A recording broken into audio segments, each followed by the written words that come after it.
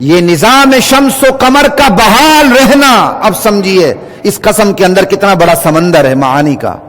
یہ نظام شمس و قمر کا بحال رہنا، یہ سورج چاند کی گردش کا برقرار رہنا، یہ آفتاب و مہتاب کا آنا جانا لگے رہنا، یہ دلیل ہے کہ نظام نبوت کو ٹھیس نہیں پہنچی، آنچ نہیں آئی، پروردگار نبی سے ناراض نہیں ہوا، اسے چھوڑ نہیں دیا. آپ زلفوں کی قسم کھا کے بیٹھ جاتے ہیں، جو چیز آپ کو نہ صحابہ سے ملتی نہ تابعین سے ملتی ہے. وَالضُّحَىٰ وَاللَّيْلِ اِذَا سَجَا پورا نظام ہے. یہ شب و روز کا آنا جانا، یہ آفتاب و مہتاب کی گردش، اس پورے نظام کا اپنے حال پہ برقرار رہنا، یہ پورا نظام گواہ ہے، دلیل ہے، شاہد ہے کہ آپ کا پروردگار آپ سے ناراض نہیں ہوا، آپ کو چھوڑا نہیں ہے.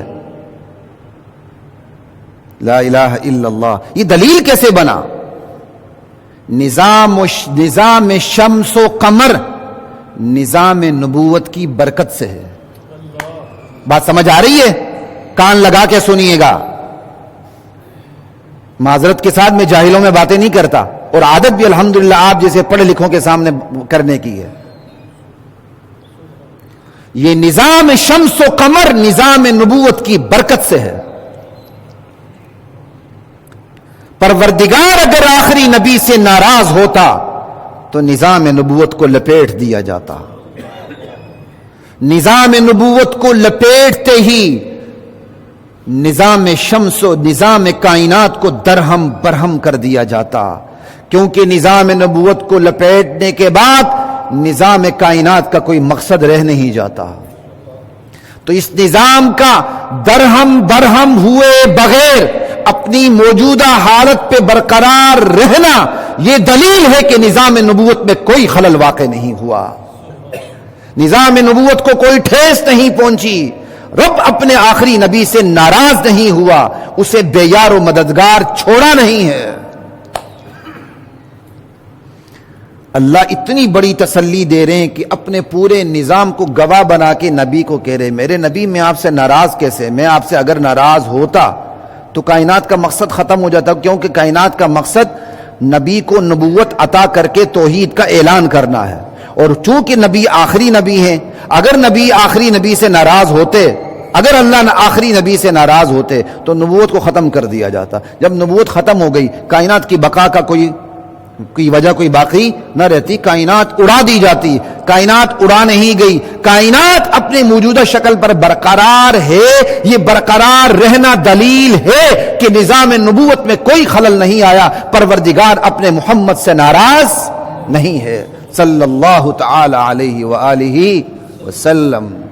اور تحدیث بالنعمت کے طور پہ کہہ رہا ہوں، کیونکہ اس آیت کی آخر میں، اس سورت کے آخر میں وَأَمَّا بِنِعْمَةِ رَبِّكَ فَحَدِّثْ بھی ہے کہ رب نے جو نعمتیں آپ پر نچھاور کی ہوئی ان کا ذکر کریں. تو اسی آیت پہ عمل کرتے ہوئے میں آپ کو کہہ رہا ہوں، جائیں آپ اردو تفاسیر کو دیکھیں، عربی تفاسیر کو دیکھیں. میں نے جو قسم کی حکمت بیان کی انشاءاللہ آپ کو نظر نہیں آئے گی.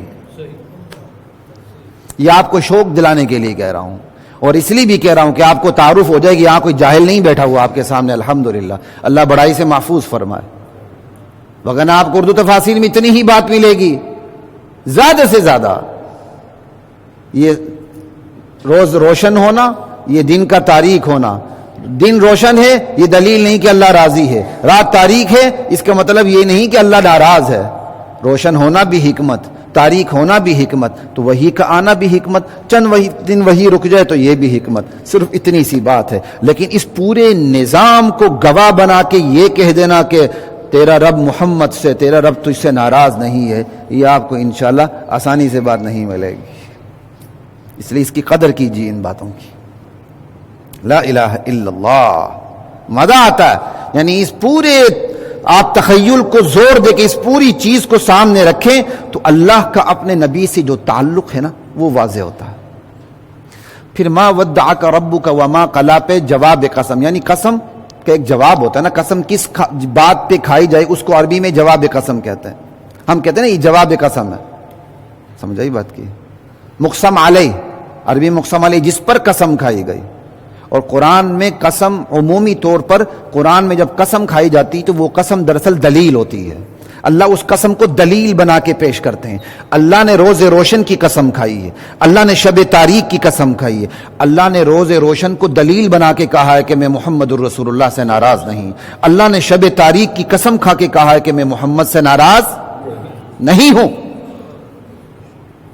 جب یہ قسم کھائی ہے تو یہ پھر رات دلیل کیسے بنتی ہے, دن دلیل کیسے بنتا ہے کہ اللہ ناراض نہیں ہے؟ وہ میں نے آپ کو بتا دیا. یہ رات کا آنا جانا لگا رہنا, یہ آفتاب کو ماہتاب کا آنا جانا لگا رہنا, اس نظام کا برقرار رہنا ہی دلیل ہے کہ رب نظام نبوت سے ناراض نہیں ہے. کیوں؟